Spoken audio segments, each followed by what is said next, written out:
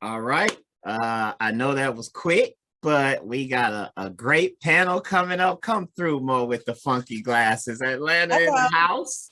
We got Jesse and Lorraine. I want to make sure you all have your whole time. So it's 11:15. Go ahead at it. I'm getting out of here. Thank you.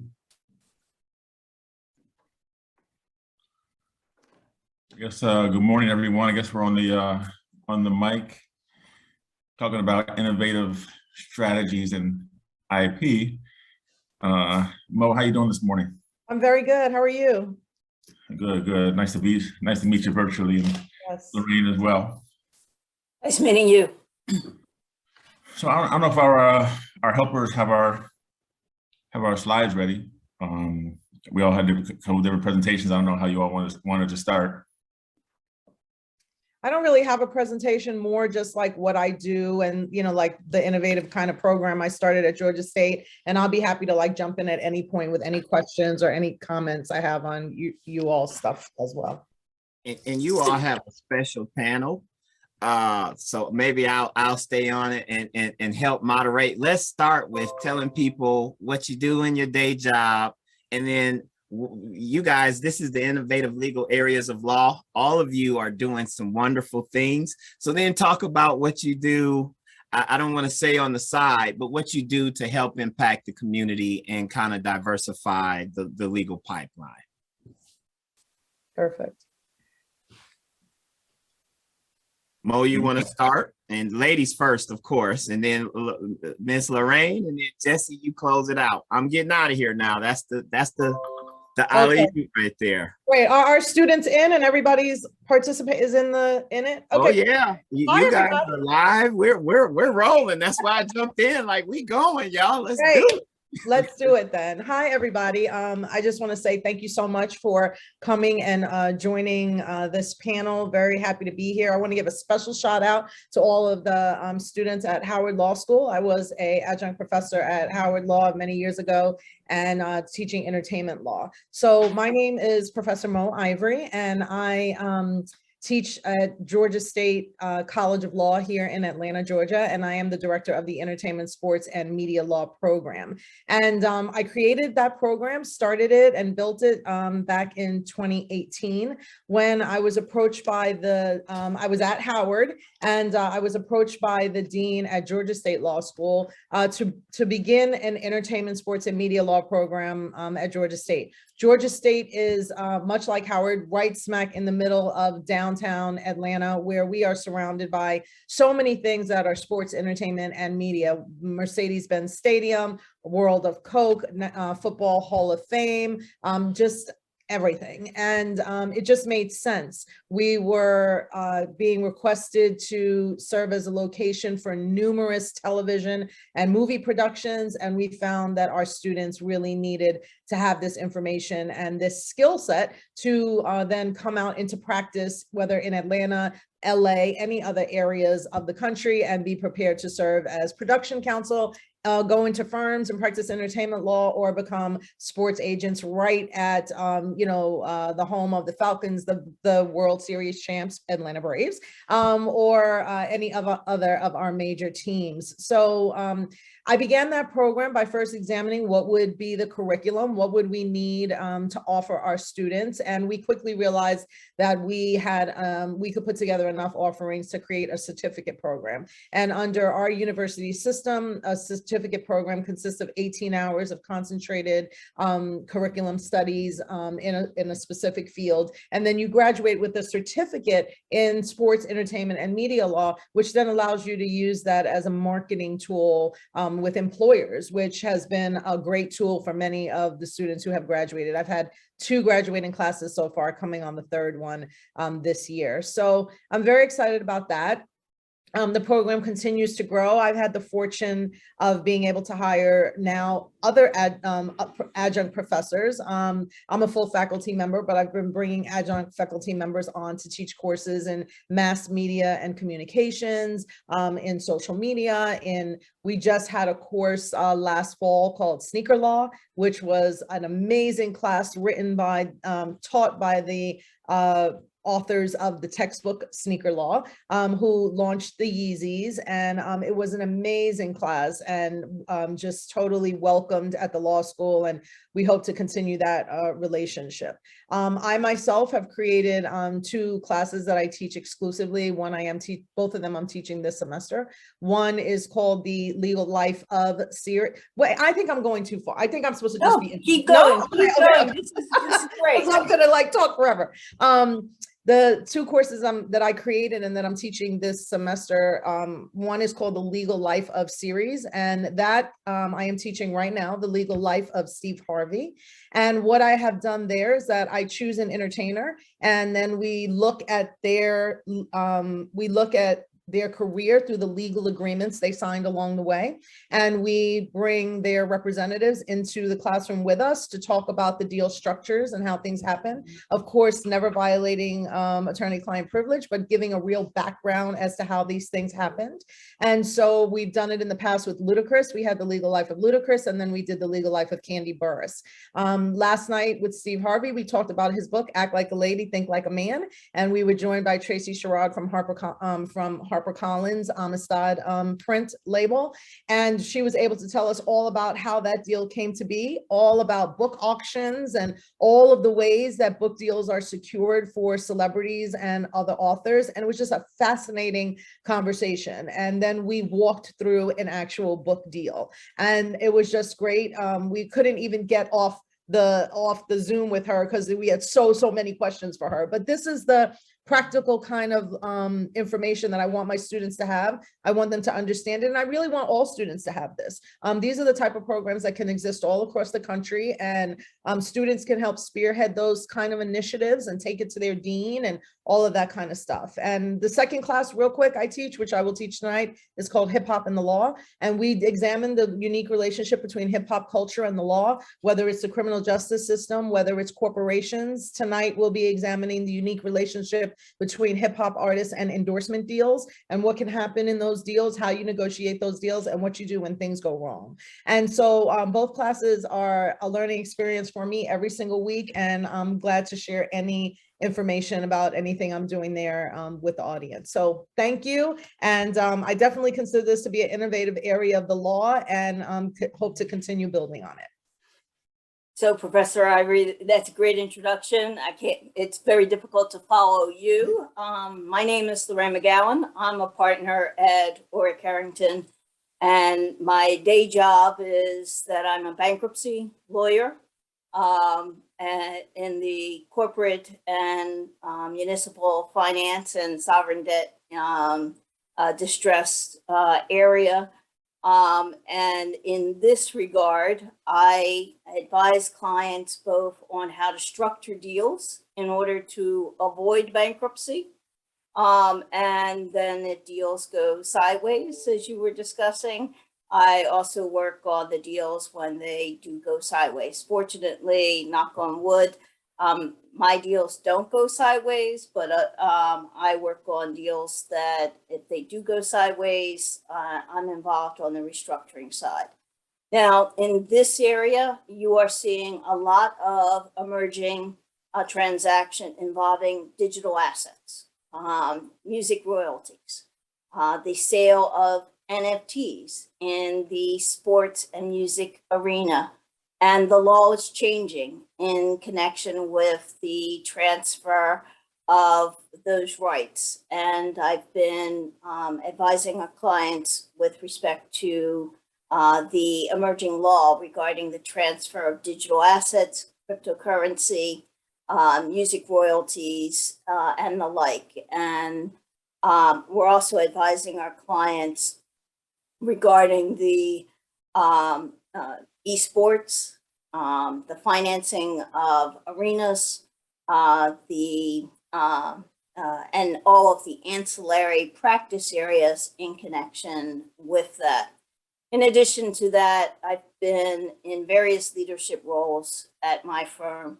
As Charlie knows, now I'm on our management committee. I've served on our board. And for the last 20 plus years, I've been the partner in charge of our diversity, equity, and inclusion initiatives. And in connection with that, I'm very involved in our social justice community involvement initiatives. And many of our clients in this area are also focused on these initiatives.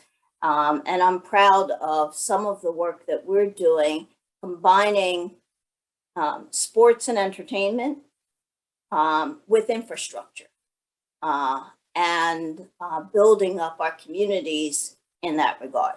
I look forward to talking about the innovative practice areas that are emerging in this connection that have a community development, economic development, social impact practice. And with that, I'll turn it over to Jesse. Yeah, thank you for that introduction, and nice to follow two distinguished attorneys, and nice to be a part of this conference. Everybody who's on the panel before me and coming after, a lot of heavy hitters, a lot of hard hitters. I look forward to hearing more of the presentations.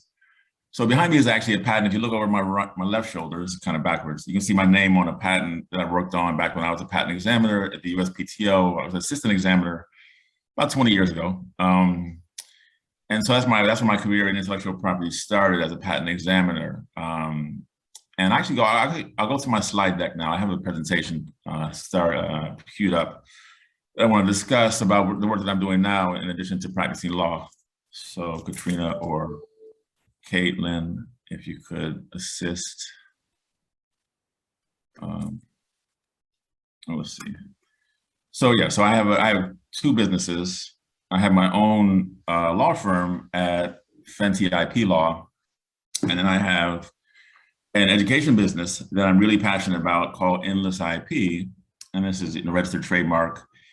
And so it's a 501c3, and it's also a for-profit. I'm looking to look for investors, and I'll take contributions however I can get them.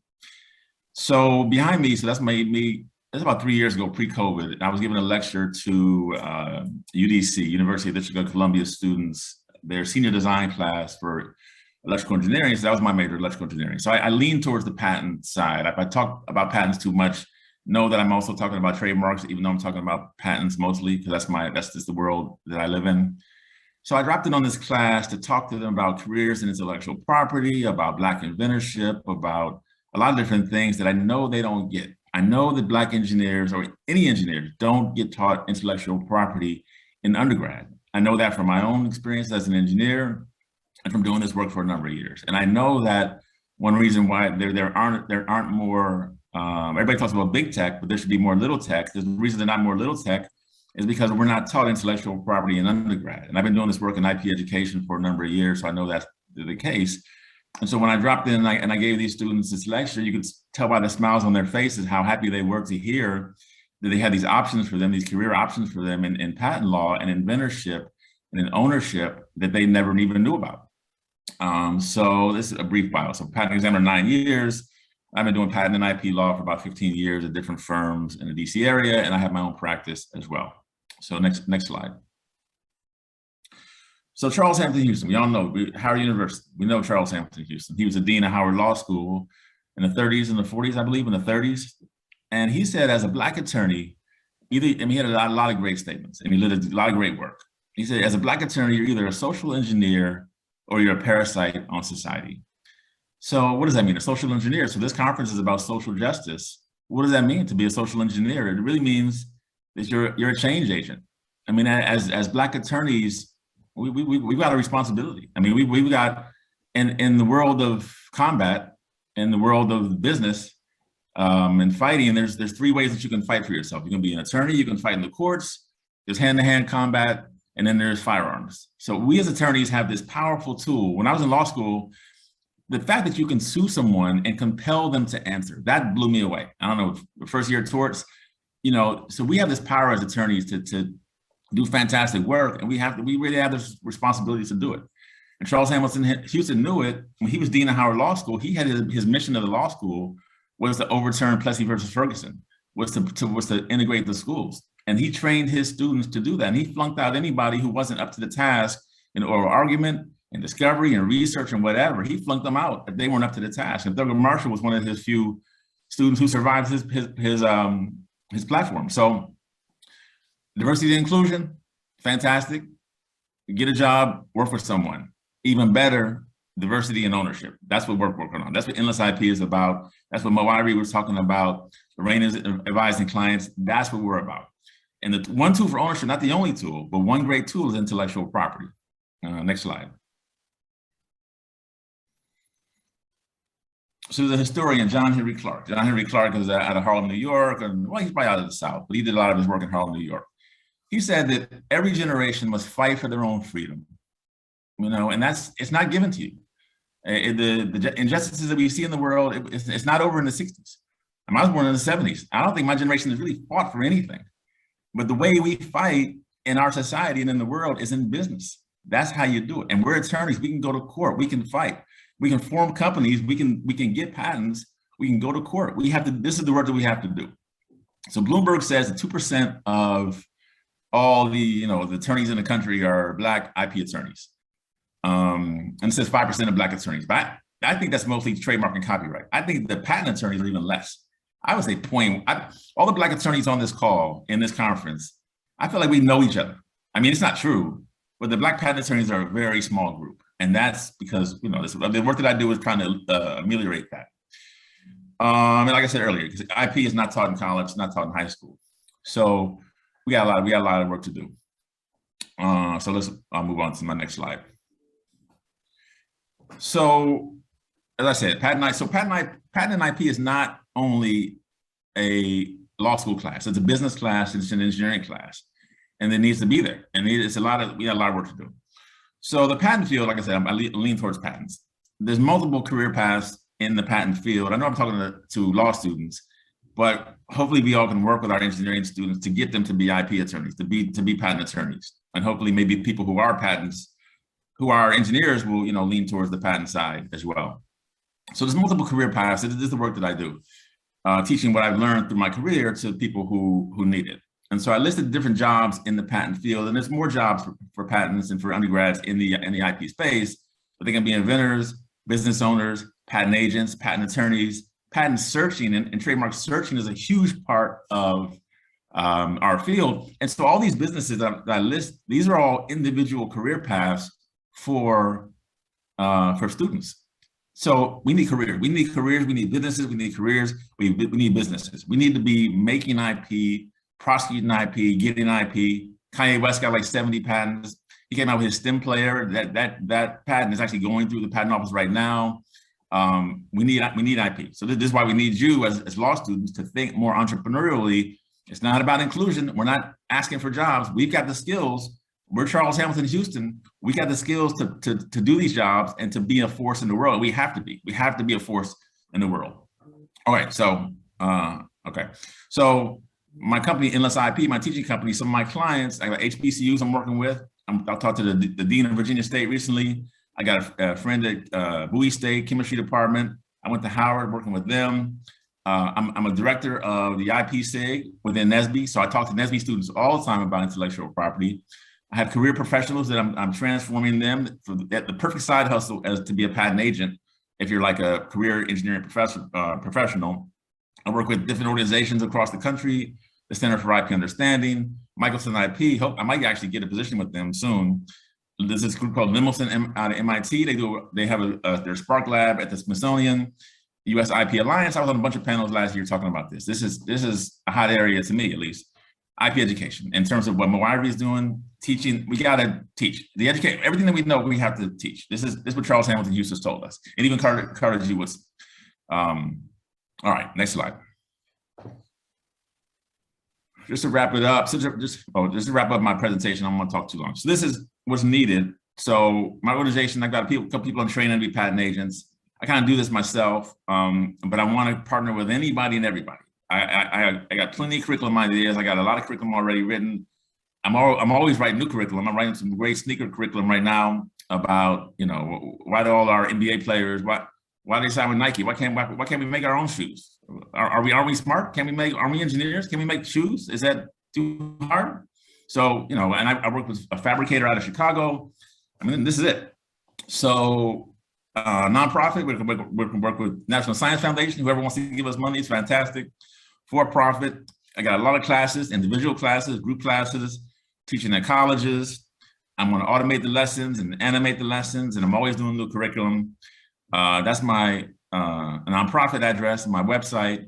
And that was me talking to some Girl Scouts a couple years ago. So we can scale this IP curriculum. And people are doing this. This isn't something that people aren't doing, but we need to do more of it for our people. This is why we're here. So that was me teaching these young girls, these Girl Scouts, about trademarks and patents without them knowing they were learning about trademarks and patents. And I lined up like 10 different water bottles, and I asked them to describe the differences between the water bottles, what the difference is between the water. And, they were like fourth graders. They said they believed that they believed the water was from Fiji. They believed that it was from the mountains of Pennsylvania, because that's what it says on the bottles.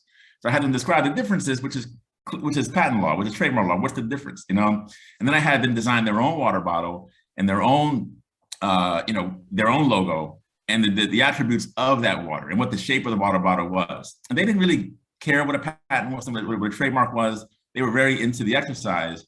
And then that paper activity I was doing was actually a patent that was garnered by the founder of the Girl Scouts, I think Judith Lowe. She had a patent back in the 30s about how to make a paper cup for camping that will hold water. So I tied the whole thing together, and they love the activity. I love working with them. So there's a lot of work to do. So this is the work that I do in addition to practicing law. And every time I teach, I usually get clients from my law firm. And then when I do legal work, it gives me new content to teach. So I have this nice little symbiotic balance that I'm doing in the work that I do. So if anybody wants to work with me, I love talking to students. I'd love to have you come work with me, learn more about this work. And that's the end of my presentation. I appreciate you letting me talk about that today. So I do have a slide deck that is consistent with what Jesse talked about, but one booming area in our own firm is in life sciences, which is consistent with what Jesse just mentioned. It is part of our IP practice area, and we hire a lot of people that are in the that have biology or practice areas in life sciences. So we encourage people to go into the IP practice area with practice areas, college degrees in biology or chemistry. If you could pull up my slide deck, and I'll just go through that. Next slide, please. So consistent with what Professor Ivory mentioned, in the entertainment and sports area, the Uniform Commercial Code, your secure transactions course that you're probably taking in law school now, is in the process of being changed. And that's to cover transfers of digital assets, your NFTs, Bitcoin, music royalties, digital art, whether it's audio, visual, illustrations, photos, utility code tokens, digital tokens. And that covers any form of transfer of those digital assets, whether it's a sale or purchase of them, a license. So your friends that are athletes that are now, because of the Supreme Court, able to sell their images. They can do it either through the sale of NFTs or the license of their image. That the UCC is in the process of changing the rules on how they transfer them.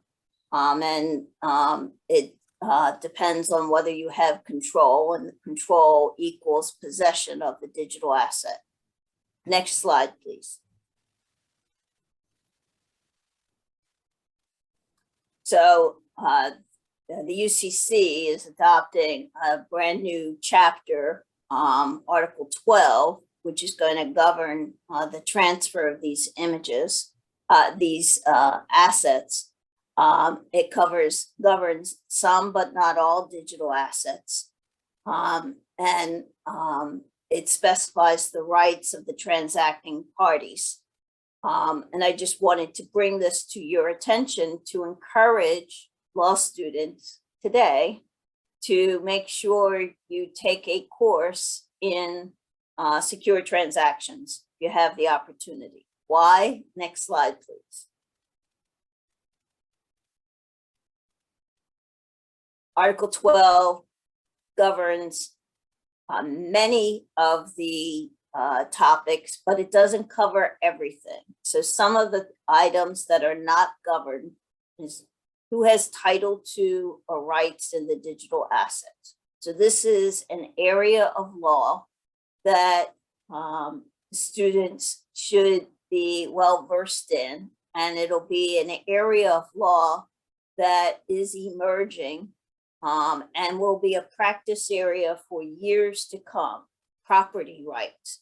Who has rights in the assets, whether it's digital assets, data, and what the value of those assets, and how do you identify the property rights of the parties in the data or the digital assets. So I encourage you, while you have the chance in law school, to take courses in that. There are also a number of regulatory issues that are emerging in connection with digital assets and data, and as well as banking laws regarding the custody of data as well as digital assets. And that's all from my slide deck, so you can close out the slide deck. And so in terms of the innovative emerging practice areas in connection with digital assets, and what we wanted to make sure that I wanted to impress upon you, it's understanding the practice areas in connection with finance, commercial law, that attaches to digital assets, and making sure that you take advantage of the opportunity to take courses in now relating to that. In my world, we say follow the money. If you understand where the money is and how it flows, then you will understand the rights to who has ownership, who has rights in the asset. And that will help you in determining the rights to the property. We are involved in a number of transactions that flow from that. So it's not just the rights to the NFTs or the digital assets, it's also the financing of the infrastructure relating to the transfer of these assets. As I mentioned, the creation of sports arenas in connection with esports. We're involved in a number of transactions in connection with smart cities. And this helps us with building out, some of our clients are concerned about social impact. And by doing that, we're building our communities. So an example of that is work we did with a client for the city of Poughkeepsie, where the client wanted to make sure they were giving back in an area that was served an served community, and built out the infrastructure with a smart city. And that is also an emerging practice area. Professor Ivory, I think you wanted to add to that. Yeah, I just wanted to thank you, Lorraine, for that great presentation, and Jesse before that. And I just wanted to add that I know when I was a student listening to panels like this, you know, the question that I wanted to understand was, how will all of this relate to my end game, which is getting the job that I want to get, right? That's what all students want to understand. How do I get closer to the job that I want to have in the industry that I want to work in? And so for me, it was always entertainment. Growing up in the Bronx in New York, I always knew that I was going to somehow want to work in, whether it was music, television, film, whatever. And it started off as music, as an entertainment lawyer. So I think when we talk about IP and whatever you want to get involved with, when like when I listen to Lorraine talk about NFTs and Jesse talk about speaking to the young Girl Scouts about waters and everything, I almost wish I could go back to law school with what like is happening in the world today, because you have such amazing opportunities to be at the forefront of these things that are so much easier for you to understand than are for us to understand who weren't raised in a digital age. So if you're not all on top of learning about NFTs and cryptocurrency and all of how these assets can transfer, and you want to work in entertainment or sports or any of those sort of sexy fields, then you're behind if you're not thinking about it, because these are entry points for you to jobs at almost any company you can think of, because they're all thinking about it. So if you want to work at a record company, a Sony, a Warner, any of those record companies, you need to understand how NFTs and music are working right now, how catalogs, which are just like, you know, everything right now in terms of the value for a writer, how those are being valued, how they're figuring out the valuations, the metrics for all of it. What does the ownership look like? What does the ownership mean later on? You just heard that Snoop bought back Death Row and then he went back and he got the catalog.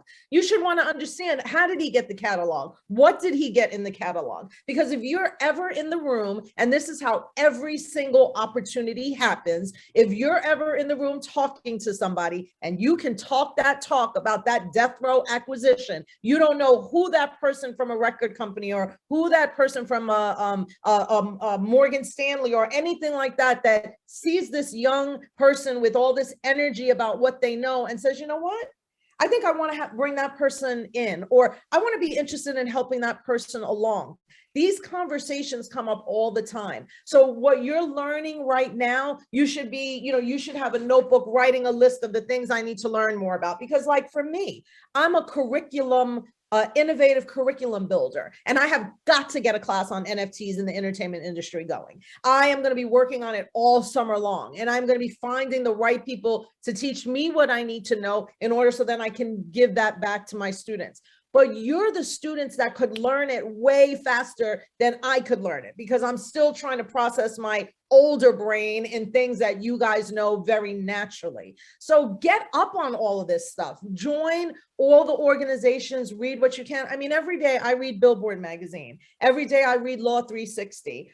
Every day I read Variety. Every day I read Hollywood Reporter. I read all of these things in order, all the blogs, Jasmine Brand, all of the gossipy things as well, right? I want to know every angle that people are coming at things with. I have I'm on TikTok. I'm reading what people are reading. I'm following the law things on TikTok, and everybody should follow me on TikTok. Mo Ivory, law coach. And I give all these things out on TikTok that are important to development. But the biggest person that can develop you is you. So I'm glad that you're here at this panel. All these things that IP is in your life, whether you want to accept it or not. It's in every single thing you do, from the writing of a curriculum to the expressions that you put on social media every day, all the things you talk about on Instagram, TikTok, your reels, that's all IP.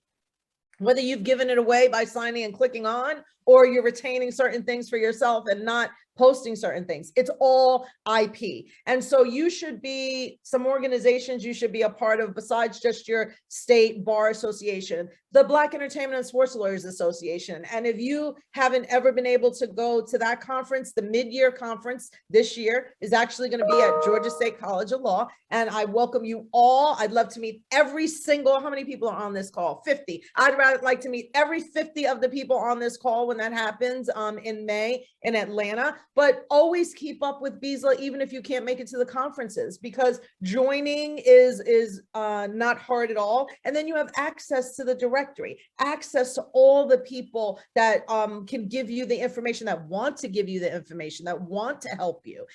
You should join your IP law societies in your law schools, not even just your own law school. Go to other law school events and meet others. Some practitioners may be an alum of a certain law school, and so they may heavily support that law school. So maybe it's not Howard, or maybe it's not FAMU, or maybe it's not Southern, but there's other law schools in your area for you to gather together and do things as a city so that you can benefit from them all together. And then, I mean, just please talk to your fellow law students and I am always very surprised how few students come to talk to me. How I have to tell my students, I'm here, I'm a resource, I'm available, and they'll sort of be the same students over and over. And now those students are working in entertainment, because there's nothing more than the student that comes to me and says, I want to meet Charlie Bingham. And I say, okay, well, I'll just give him a call. And then 2 days later, they're on the phone. No, not 2 days later, that afternoon, they're on the phone with each other.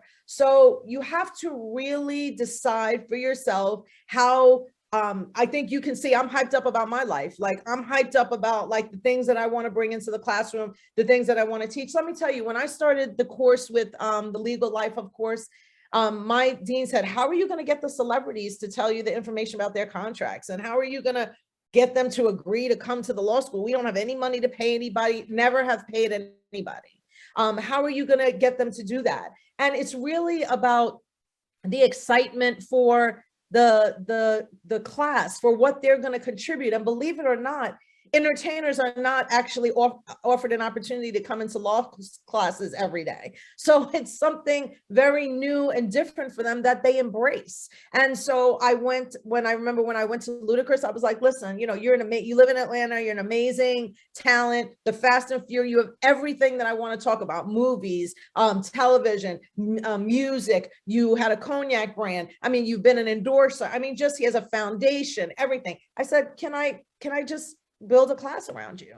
And he was like, yes, like, of course. And then I said, did the same thing for Candy, who has, I mean, if anybody doesn't follow Candy Burris and know how many businesses she has, we could have done her for 2 semesters in a row. And then Steve Harvey. And that was probably the biggest ask I've had so far. And I just went with my heart into that ask and said, you know, you live in Atlanta now, and I want to study you. So I say that to say that even at the level of professional level of being a professor or working at a law firm or having your own foundation like Jesse does, you have to try new things, and you have to be willing to ask for things that are going to further you along. And that's really what innovation is. Innovation is figuring out something that like nobody else is doing and then going ahead and doing it. And I think the way that you can do that is by listening to everything we're saying. We each have such a unique thing here to offer you guys that is very different. And so you should walk away from this thinking to myself, okay, I'm going to go into my classes now thinking like, how do I look at all of my law school classes as an entrepreneurial opportunity? How will I walk into my secure transactions class and think to myself, well, I love entertainment, I love music. How does that relate to secure transactions? Oh, NFTs in music. Oh, art and NFTs. Oh, like whatever it is. How do I take patents? How do I have this thing that I want to build, that I want to help my client put together? How do I go through that process and maybe have an ownership interest in it myself? I mean, there's all types of ways. And if you look around and look at some of the top business people who have interests in a lot of these very well-known inventions, or people that are behind the scenes in the biggest deals of, you know, I just found, I just was reminded yesterday in talking to Tracy Sherrod from HarperCollins that the person who brokered the deal, the biggest publishing advance in history, was the $65 million that Michelle and Barack Obama got for their books. Still right now, the biggest deal was done by a lawyer who turned into a literary agent. So everybody, the foundation is what we have, right? A law degree is one of the best foundations for, I hate to use the word, but any jump off you want to get into, right? You walk in the room as a lawyer and you can jump off a lot of stuff. So my challenge to everybody is like, start jumping it off, like get into law school classes and think about, where am I going with this? It's perfectly okay to say, I want to work in a law firm, and I want to, that you're going to be still creating your own little entrepreneurial business inside of the law firm. Because believe me, I've worked at 3 large law firms, and I've had to create my own world inside of the law firm, right? I have to do my own marketing. I have to do my own branding. I have to do my own, all of that. And so now I'm in academics, and I have a bunch of things I do on the side, but I'm able to do all those because I'm constantly thinking, how am I taking each thing and thinking about it as an entrepreneurial effort? So that's what I leave to you guys. If anybody has any questions or wants to reach me, grab me on LinkedIn, follow me on TikTok, Instagram. I'm all Mo Ivory everywhere on social media, but I'd be really happy to talk to any of you and help you out. I love what you said, Professor Ivory, especially, your summary of the transaction you did with Snoop Dogg. I've done securitization deals with their music royalties. I've represented rating agencies on how do you rate their sale of their music royalties. It's just a capital markets transaction, but it involves their music royalties. And, you're absolutely right. It's the launch pad for how do you monetize their rights. Oh. Sorry, Jesse, you were going to say something. Yeah, no, it's fantastic. Great discussion. Yeah, I was thinking the same thing. Back when I was in law school, we were leaving law school. I learned that, it's such a powerful degree, as Mo was saying. It's such a, you can tailor, if you know right now in law school what you want to focus on, you can tailor your law school career to come out of law school as an expert already in that field. That's the most, you can come out swinging and be an expert. I mean, the electives being taught now at law schools are, pretty, they try to stay pretty up on society. So you can really come out as an expert, which is a fantastic thing. Being an attorney in this world, I mean, everybody's trying to get into NFTs, everybody's trying to get into crypto, but us as attorneys with that foundation of contracts, of sales and secure transactions, of corporations, actually knowing how things work rather than just being people who can speculate on how things work. People are trying to, they want to know what you know. They want to be in your position. So we're just in this great position in society to be able to shape and mold and just create. I mean, as Mo was saying, we're innovators. I mean, as attorneys, it's not just about working for someone else and doing what they say is important. When NFTs came along, oh my God, I mean, that's just like, that came out of nowhere, Even like with Kanye with his music player, the fact that he has this little device now to play his own music. And so up to this point, you can only play music on your cell phone. Now, who knows where he'll go with it? But the fact that he's actually going to challenge Spotify, he's going to challenge Apple Music with his own stem player, to me is like fantastic. I mean, it's designed in Europe, and who knows, it might be made in China, but it's, a black man is making it. So I'll take some credit for that. I'll take some credit, but I'll get some encouragement from that black people are doing tech. I mean, he didn't design it, but he's the head of it. But the fact that just opens up for me as an educator, now I can go into the schools and encourage the engineers to come up with their own tech, their own music players, and do whatever. It's all wide open. But the law gives you that foundation, and the IP is there, right? So focus on whatever you think is important, and chart a path for yourself. It's you're in a great spot. I'm feeding you guys questions in the chat, but just in case you can't see it, because I see you guys are focused. Question for each of you to answer. What impact do you see tech attorneys of color making in the public and private sector in, let's say, the next 5 to 10 years? And if you want to narrow that down to entertainment, IP section, however you want to cover that, but for these young students that are on here now and the legal professionals, what impact do you see us having? Yeah, I mean, I'm going to say that I don't think that there's a job that you can get in entertainment in the, whether as a counsel in-house or at a firm, or even in the C-suite as a business person, without really understanding the tech side of things. Because there was a time when you could just teach transactions and you could just say, well, if you understand how to do record deals or you understand how to do publishing deals, whatever, you're fine. But no, there's whole sections of the agreements now that just speak to digital rights. And if you don't understand the way digital rights are being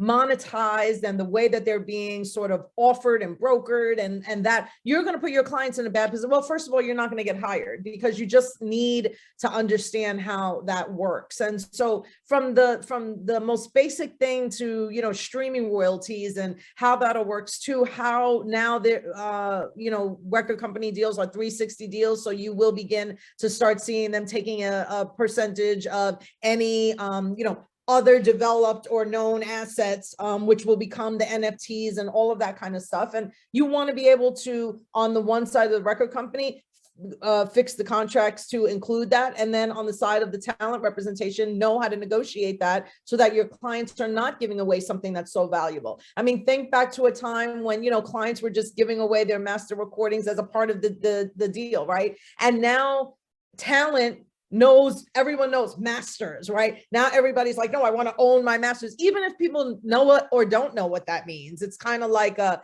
phrase people use all the time. But there's going to be so many other assets now that that are already being discussed and that are going to continue to develop to being discussed. So you have to understand and stay up on technology and teach yourself and constantly, refresh, go to CLEs, come to panels like this, talk to people, because even sometimes you can go to a panel or a CLE and walk away and still not know anything.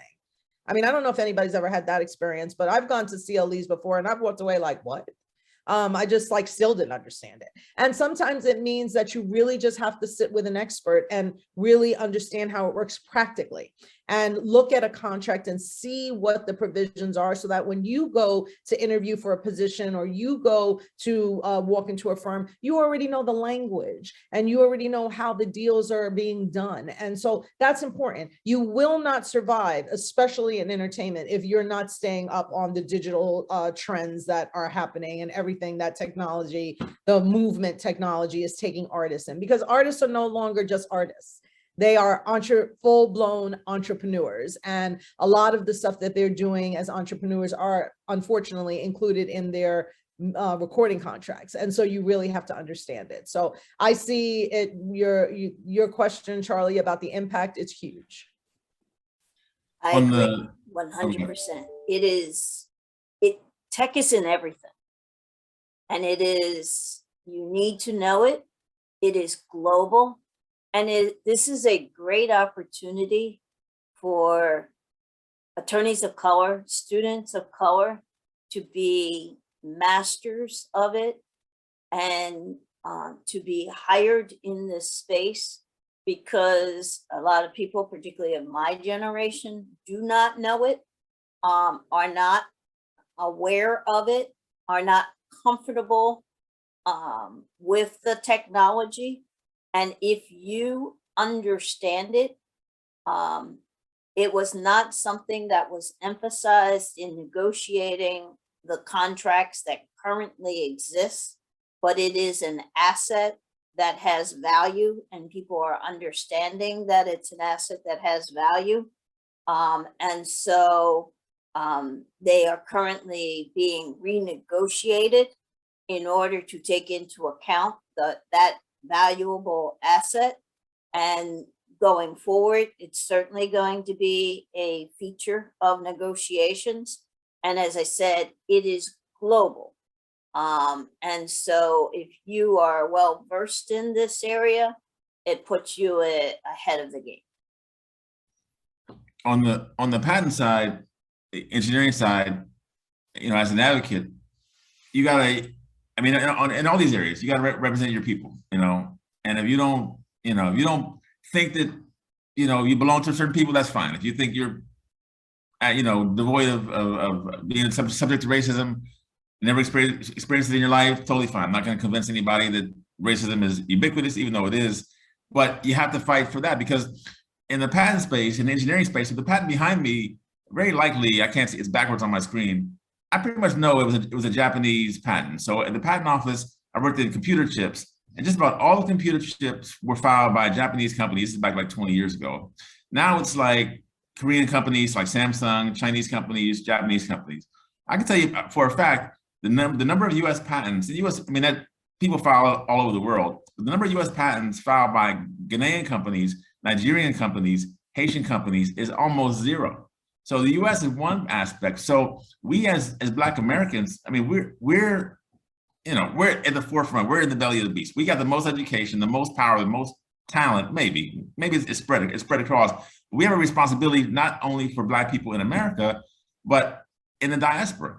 So if we have to empower, so if we make these shoes, if we get a shoe company going, where are we going to have it made? Are we going to have it made in China? Nothing against China. China makes great products, but are we going to have it made in Africa or in the South Side of Chicago or in St. Louis?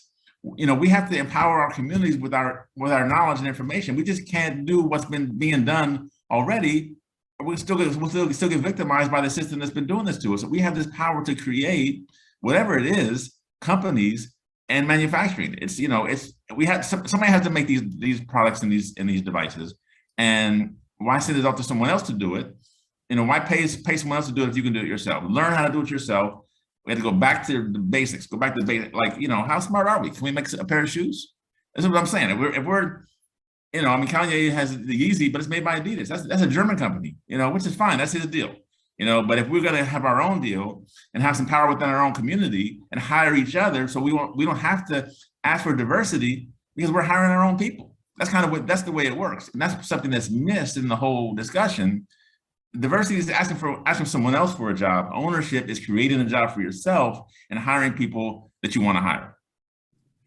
You guys made some great points across. I like the ownership aspect, Jesse, and Lorraine. I appreciate the honesty regarding technology and the seasoned generation. Mo, you mentioned something about TikTok. So I'm going to throw this out there because I kind of fall, Lorraine, I'm in that seasoned generation now. How TikTok is a new technology, and I think most people understand now, and you guys could speak to it. I'm going to disappear in a minute. I just want to keep us rolling. You really, to run a business without using social media is going to be hard for you to grow. And TikTok is becoming this new technology. So is there a way that law students or just our people in general can use TikTok to kind of either further the progress of the diaspora? I think the young African kid who does this, like he just puts his hands out there like there's an easier way to do this. I'll look for his picture and put it in the chat. Is there a way that TikTok could be used to kind of further the progress of our diverse legal profession? You're on mute, Mo. Absolutely. Yes. There's a whole law TikTok. First of all, everybody who already knows TikTok understands, there's different segments of TikTok, and there's a whole law TikTok. There's Black law TikTok. There's all kinds of people talking about the opportunities, about things that law students need to know, whether it's bar prep to job preparation to opportunities. I mean, if you're not kind of following it, there is a lot of other stuff like what I drink before, what coffee I have before I go to law school, which is not necessarily relevant to anybody. But if you can weed through some of that stuff, you can find out a lot of good information. And I think it's really important to see that information, to see what's happening at other law schools, to see how other law students are using creative ways to job search or I posted a TikTok about, I know that a lot of 1Ls are always struggling for where to intern because they've only had 1 year of law school, right? And normally the law school summer positions are second year and then third year, whatever. And I found out that Jordan Brand and Nike had a 1L only legal internship. And I put that on TikTok, like 1Ls, go get that, because a lot of students wouldn't have looked for that. But imagine if after your first summer, you have Jordan Brand, Nike on your resume, and you're trying to follow a sports or entertainment path or an intellectual property or a securities or a compliance or whatever you're going to be exposed to, corporate governance, everything, when you have an internship like that. And that information was on TikTok with a bunch of other information. So it's not just TikTok, it's embracing all of the new ways to get information and all of the ways that you can put your brand, which is, being a law student interested in what you want to do, whether that is come out and practice or go into business for yourself. That it's a perfect platform, and you have to get into it because it's moving that fast. When TikTok came along, they kind of put Instagram to the side, and Instagram is still definitely, an important platform, but TikTok is emerging as a more important one. So definitely, and for practitioners as well. Practitioners who are on this phone call need to, on this Zoom, need to also look at TikTok as a way to build business for their firms. I agree with Mo. Social media is emerging as much more important than ever before. It is the marketing mechanism as opposed to physical delivery of material. And if you are branding sneakers, you are probably losing out on an audience with brick and mortar as your primary source of customers, for example, then rather than TikTok or other social media. And so you have more and more people who are investing in social media outlets. And that's why, I'm a bankruptcy lawyer.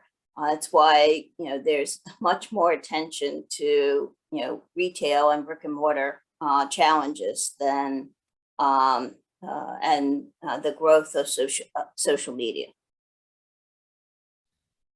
I'm looking at Caitlin's question in the chat about how to stay up on tech, and I know we all probably have different thoughts on that. And I'm trying to think back, like when was the first time I heard about NFTs? Was it in a publication or was it by word of mouth? And so I think it's important to remain social with and have social groups of people that you interact with, people who are doing cutting edge work. I mean, I talk to different attorneys in my field, and we talk about different hot topics. Actually, for me, LinkedIn has been my new social media of choice in the last few months. I posted an article January 1st about patents, and since then, I've been really on LinkedIn every day. It's my new addiction. Everybody has their own addiction, social media, but LinkedIn is a nice one because if you follow, different tech, like there's like TechCrunch and Wired, different magazines, and even certain people. So people themselves are posting new tech and new ideas. The stem player, I thought about the Kanye stem player. I don't know. It's just looking at things and being curious and seeing what people are talking about. Just following influencers and just being present in the world, I think, is how you find out about new tech. I don't know what other people think about that. Yeah, Charlie was asking about where should students go to get information about new technology. I mean, I think that every day there's something new specific to whatever industry that you are interested in. So if you're looking for new technology in healthcare, then, I think you have got to go to the healthcare trades and the healthcare organizations to constantly, get those feeds, sign up for the email subscription feeds, and you'll just get information. Like, I know law students can have access to Law 360, but Law 360 has all different sections. I subscribe to the media entertainment feed, and I get that every day. And I know about all the lawsuits and all the cases or anything of big interest that comes down that relates to media and entertainment. So I think you just have to, there's not just one, for emerging tech. I think you have to decide like what industry you're interested in as it relates to technology, and then just do a Google search about, or even, how about this? Ask your librarian at the law school. A lot of students, for practitioners, then, go to your resources in the bar and all that. But for law students, a librarian is a really underrated resource. It's like a personal researcher, and law students don't look at it that way, but you should, because librarians want you to ask them questions, and then they want to have something to do. So if you go to a librarian, like for example, I thought we were going to talk about sneaker deals today. So I called the librarian at Georgia State Law School and I said, can you pull me the biggest sneaker deal or one of the deals that has recently happened? And then she sent me this thing. Jack Harlow is officially a New Balance ambassador. And this happened All-Star Weekend like 2 weeks ago. And so rapper Jack Harlow has a new deal with New Balance. So I'm also going to use that tonight in my hip hop and the law class when I talk about it, rappers and endorsement deals. So I have my own personal researcher in my librarian, Patrick, who every week I say, anything new come down the pike for a Steve Harvey deal, anything new come down, any hip hop artist sign any big deals that I need to know about. So that's how I found out about Death Row. That's how I found out when Diddy acquired Sean John back. All of these things that I just ask for. So don't reinvent the wheel. You're paying tuition or you're on scholarship, and the librarian is there to help you. So if you want to know what is the best resources for innovation and technology in your specific interest of field, ask the librarian and they'll tell you. Shout out to Patrick. I hate to stop the conversation, but we got the one of my favorite parts, the lunchtime awards ceremony. So I know some people are probably getting up now. Get your sandwich. We're gonna go right into it. But first, attendees, please join me in thanking Lorraine, Jesse, and Mo. We appreciate it. The passion definitely comes through. Keep doing what you're doing. Lorraine, you didn't shout out your podcast, but I put it in the chat so people will know. Sometimes we're doing so much, we forget all of the things that we're doing. But thank you so very much. We are going to transition to, giving away some fun, some reparations. Somebody is about to be blessed. So stay tuned. Tasha's going to work with me to get you guys out, and we're going to bring Professor Lateef in. But thank you so much. That was great information. Thank you. All right.